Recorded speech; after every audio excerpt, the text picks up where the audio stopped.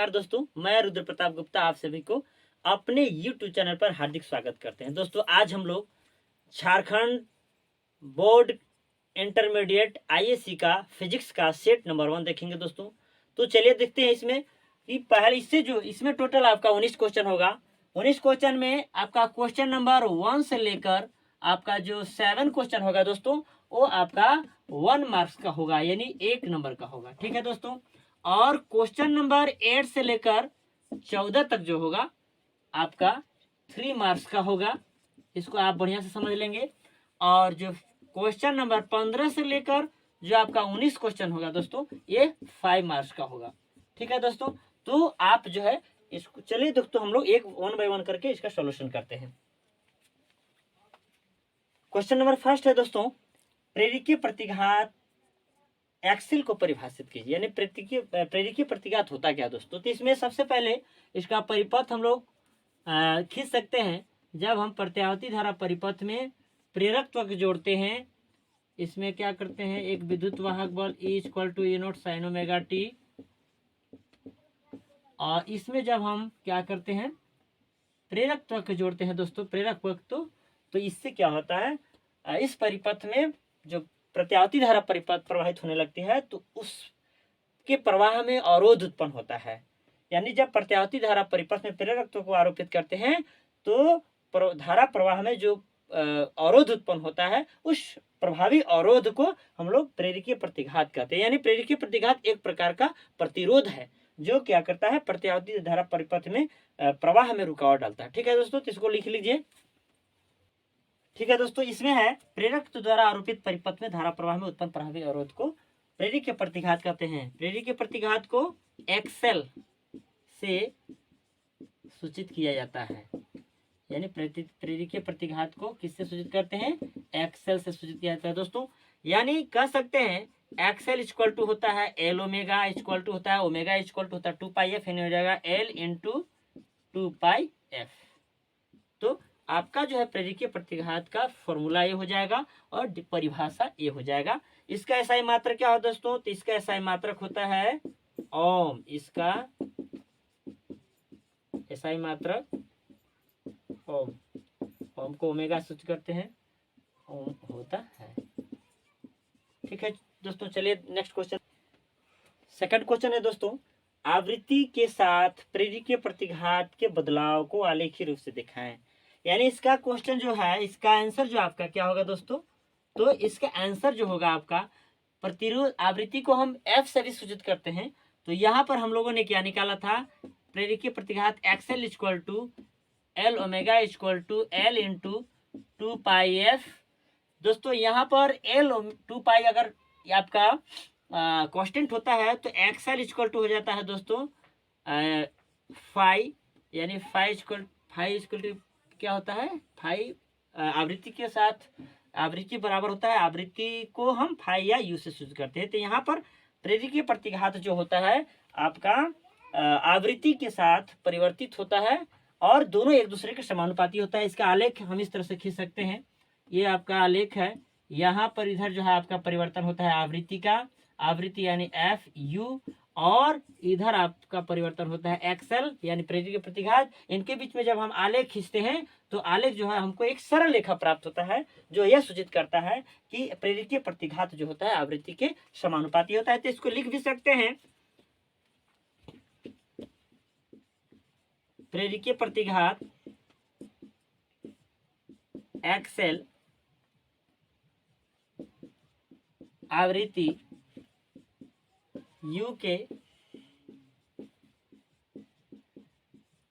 समानुपाती होता है। ठीक है दोस्तों। क्वेश्चन नंबर 3 है दोस्तों, आइंस्टाइन के प्रकाश विद्युत समीकरण को लिखिए। यानी आइंस्टाइन के प्रकाश विद्युत समीकरण को लिखना है दोस्तों। आपको पता है, ऐसे मैं शॉर्ट में ही बता सकता हूँ, लेकिन ये 1 नंबर का क्वेश्चन है, 1 नंबर लाइक लिखा जा सकता है, लेकिन ये लॉन्ग में भी पूछता है, यानी 3 मार्क्स में भी पूछता है। तो इसको थोड़ा अच्छी तरह से समझ लेते हैं।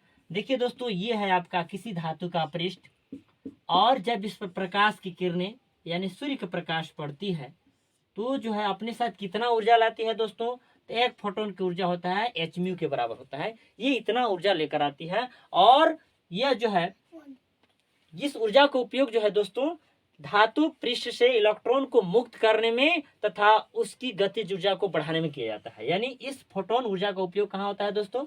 धातु के पृष्ठ से इलेक्ट्रॉन को मुक्त करने में यानी बाहर निकालने में और उसकी गतिज ऊर्जा को बढ़ाने में।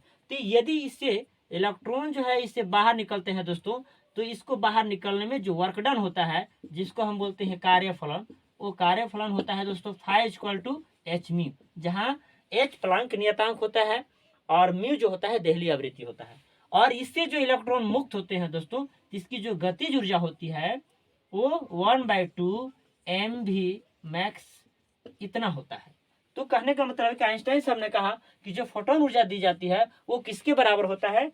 तो इलेक्ट्रॉन को धातु पृष्ठ से निकालने में किया गया कार्य फोटोन तथा उसकी गतिज ऊर्जा में वृद्धि यानी दोनों के योग के बराबर होता है। तो आइंस्टाइन के प्रकाश विद्युत समीकरण को इस तरह भी लिख सकते हैं, यानी ये फोटोन ऊर्जा जो होती है वो किसके बराबर होती है? तो धातु पृष्ठ से इलेक्ट्रॉन को निकालने में जो किया गया कार्यफलन प्लस में उसकी गतिज ऊर्जा में जो वृद्धि हो रही है, मैक्सिमम गतिज ऊर्जा के योग के बराबर होता है दोस्तों। तो इसको हम लिख सकते हैं यानी एच म्यू इक्वल टू हो जाएगा दोस्तों, इसका मान होता है एच म्यू नॉट, और इसको हम लिख सकते हैं 1/2 mv max का स्क्वायर। ठीक है दोस्तों, इसको अगर हम 1/2 mv² ऐसे लिखते हैं 1/2 mv max का स्क्वायर इक्वल टू, तो इधर आ जाएगा तो हो जाएगा H mu minus H mu naught. तो ये आपका जो है प्रकाश विद्युत आइंस्टाइन का प्रकाश विद्युत समीकरण है दोस्तों। इसमें एच क्या है? प्लांक नियतांक है, और म्यू नॉट क्या है? देहली आवृत्ति है। ठीक है दोस्तों, तो इसको देख लीजिए दोस्तों। यहाँ पर जो है आपका जो म्यू नॉट को मैंने कहा कि देहली आवृत्ति है, और एच जो होता है वो प्लांक नियतांक है। प्लांक नियतांक बहुत इंपॉर्टेंट है दोस्तों, इसमें आपका इसका कभी कभी इसका मान भी पूछता है और इसका बीमी सूत्र भी दे देता है। तो यहाँ पर देखिए दोस्तों, इसको हम ऐसे भी कॉमन ले सकते हैं, एम भी मैक्स का स्क्वायर इक्वल टू एच ले लेंगे तो हो जाएगा म्यू माइनस म्यू नॉट। तो इस तरह से भी इसको हम व्यक्त करते हैं। ठीक है दोस्तों, चलिए देखते हैं नेक्स्ट क्वेश्चन। फोर्थ क्वेश्चन यानी चौथा क्वेश्चन है दोस्तों, देहली आवृत्ति को परिभाषित करते हैं। देहली आवृत्ति मीन्स होता है दोस्तों थ्रेशोल्ड फ्रीक्वेंसी, यानी what is define the threshold frequency. Delhi आवृत्ति को परिभाषित कीजिए। देहली आवृत्ति क्या होता है दोस्तों?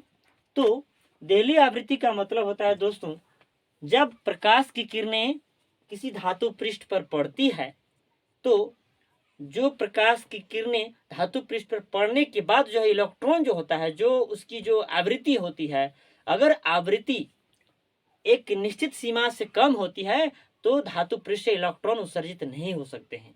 तो इलेक्ट्रॉन यानी प्रकाश किरण, आपतित प्रकाश किरण की वह न्यूनतम आवृत्ति जिस पर इलेक्ट्रॉन धातु पृष्ठ से उत्सर्जित हो सकते हैं, बाहर निकल सकते हैं, तो उस आवृत्ति को हम थ्रेशोल्ड फ्रीक्वेंसी यानी देहली आवृत्ति कहते हैं। ठीक है दोस्तों, तो इसको लिख लेते हैं। हो गया, बंद करा दोस्तों। किसी धातु पर आपतित प्रकाश की वह न्यूनतम आवृत्ति जो धातु की सतह से इलेक्ट्रॉन को मुक्त करा सकते हैं उसे देहली आवृत्ति कहते हैं। जैसे यहाँ पर आपतित प्रकाश किरण पड़ रही है, अगर इसकी आवृत्ति जो है अगर एक निश्चित सीमा से अधिक होती है तभी इस सतह से इलेक्ट्रॉन बाहर जा सकते हैं। अगर इसका आवृत्ति आपतित प्रकाश की अगर आवृत्ति कम है तो धातु से इलेक्ट्रॉन उत्सर्जित नहीं की जा सकती है। तो जिस आपतित प्रकाश के जिस आवृत्ति पर इलेक्ट्रॉन धातु पृष्ठ से मुक्त हो सकते हैं, इलेक्ट्रॉन निकल सकते हैं, उत्सर्जित हो सकते हैं, उस न्यूनतम आवृत्ति को हम देहली आवृत्ति कहते हैं। यानी कह सकते हैं दोस्तों φ होता है एच म्यू नॉट, और जहां आपका देहली आवृत्ति हो जाएगा φ म्यू नॉट इक्वल टू हो जाएगा कार्यफलन बटा एच। यानी आपका इस तरह से देहली आवृत्ति को म्यू नॉट सूचित करते हैं, म्यू नॉट इक्वल टू हो जाएगा कार्यफलन बटा प्लांक नियतांक। ठीक है दोस्तों, चलिए देखते हैं नेक्स्ट क्वेश्चन। अगला क्वेश्चन है दोस्तों आपका क्वेश्चन नंबर 5। ये कहता है कि ऊर्जा बैंड आरेख खींचकर यानी एनर्जी बैंड, ऊर्जा बैंड आरेख खींचकर पी प्रकार और एन प्रकार के अर्धचालकों में अंतर स्पष्ट कीजिए। आपको पता है कि अर्धचालक दो प्रकार के होते हैं, P type semiconductor, N type semiconductor, यानी पी प्रकार और एन प्रकार के अर्धचालक होते हैं। पी प्रकार के अर्धचालक में होल्स यानी धनात्मक आवेश वाहक होते हैं, और एन प्रकार चालक में निगेटिव यानी इलेक्ट्रॉन जो है आवेश वाहक होते हैं।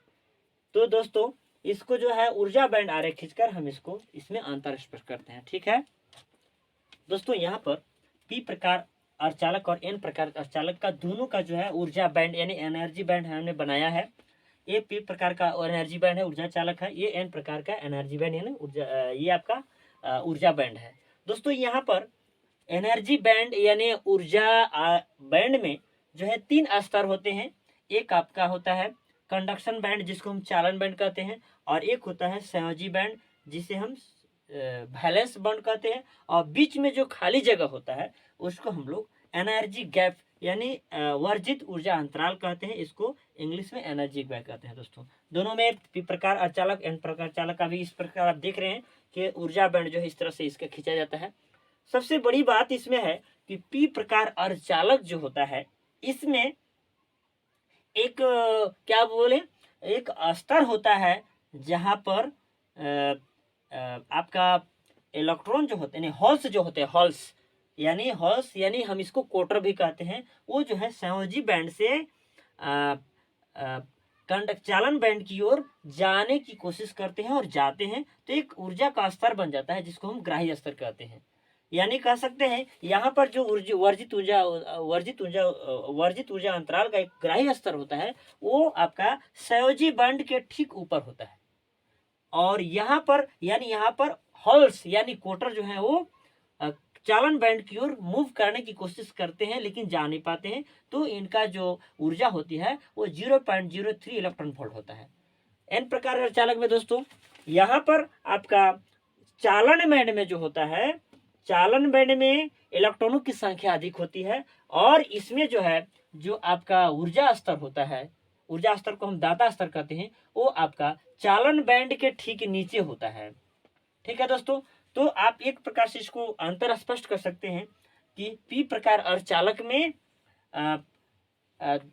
धनात्मक आवेश यानी कह सकते हैं हॉल्स यानी कोटरों की अधिकता होती है, और एन प्रकार अर्धचालक में इलेक्ट्रॉनों की अधिकता होती है। ठीक है दोस्तों, प्लस में इसमें जो आता है आपका पी प्रकार अर्धचालक ऊर्जा बैंड में ग्राही स्तर होते हैं जो संयोजी बैंड के ठीक ऊपर होते हैं, जबकि एन प्रकार अर्धचालक में दाता स्तर होते हैं, ऊर्जा स्तर के दाता स्तर होते हैं जो चालन बैंड के ठीक नीचे होते हैं। ठीक है दोस्तों, इस प्रकार जो है हम ऊर्जा बैंड के आरेख खींचकर हम पी प्रकार और एन प्रकार के अर्धचालकों में अंतर अच्छी तरह से स्पष्ट कर सकते हैं। ठीक है दोस्तों, चलिए देखते हैं नेक्स्ट।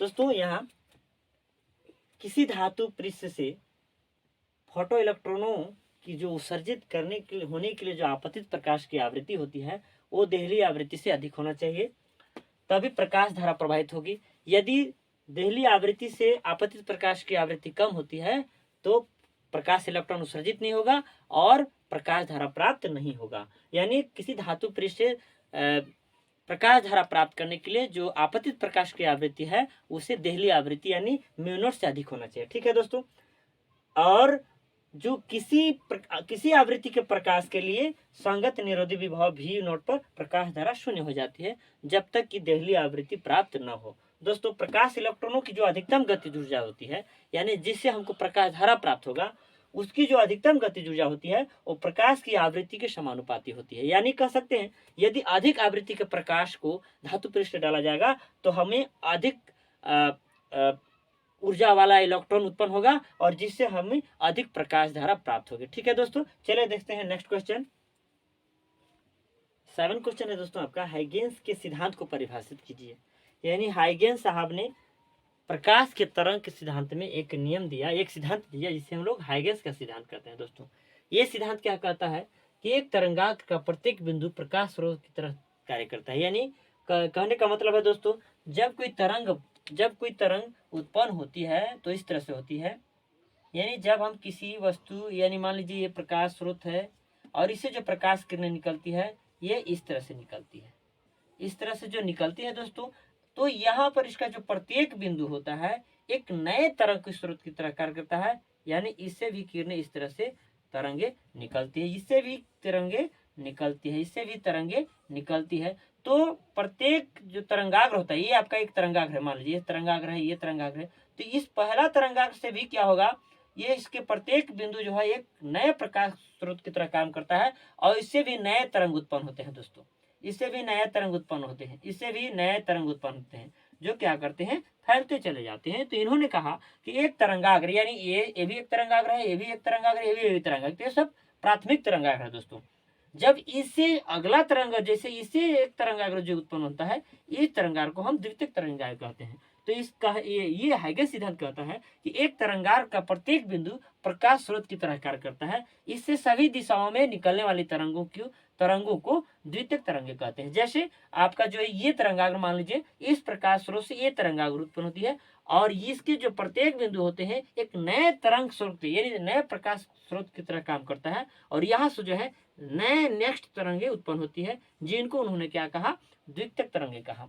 दोस्तों जो द्वितीयक तरंगे होती हैं, ये तरंगे जो होती हैं ये भी जो है प्रकाश के वेग से ही संचारित होती हैं, यानी इसका वेग जो होता है 3 × 10⁸ मीटर प्रति सेकेंड होता है, जिससे जो है द्वितीयक तरंगे भी आगे संचारित होती है। ठीक है दोस्तों, तो ये जो है हाइगेंस सिद्धांत का शॉर्ट दोस्तों क्या है, इन्होंने कहा कि एक तरंगाग्र का प्रत्येक बिंदु प्रकाश स्रोत की तरह कार्य करता है और इससे निकलने वाली जो तरंगे हैं उनको हम द्वितीयक तरंगे कहते हैं और द्वितीयक तरंगे भी प्रकाश के वेग से ही आगे बढ़ती है। ठीक है दोस्तों, ठीक है दोस्तों, आज हम लोगों ने सेक्शन ए यानी 1 से लेकर 7 तक जो क्वेश्चन होता है, जिसमें केवल ओनली 1 मार्क्स के आते हैं, यानी एक मार्क के जो एक अंक के जो क्वेश्चन होते हैं, उसको आज हम लोगों ने देखा। सेक्शन ए क्या हम लोगों ने देखा दोस्तों, सेक्शन ए में कितने क्वेश्चन देखिए 1 से लेकर 7 तक, जो आपको कितने मार्क्स के आते हैं, तो 1 मार्क्स के आते हैं। ठीक है दोस्तों, आप इसको कंप्लीट कर लीजिए। नेक्स्ट मैं जल्द ही आपको अगला वीडियो में सेक्शन बी का सॉल्यूशन दूंगा। ये दोस्तों आप इसको अच्छी तरह से अध्ययन कर लीजिए। हो सकता है यहाँ पर आपका 1 नंबर का कोई एक 1 मार्क्स का है, लेकिन ये क्वेश्चन आपको 3 मार्क्स में भी दे सकता है, 5 मार्क्स में भी डाल सकता है। ठीक है दोस्तों, तो आप इसको अच्छी तरह से पढ़िए और तैयारी कीजिए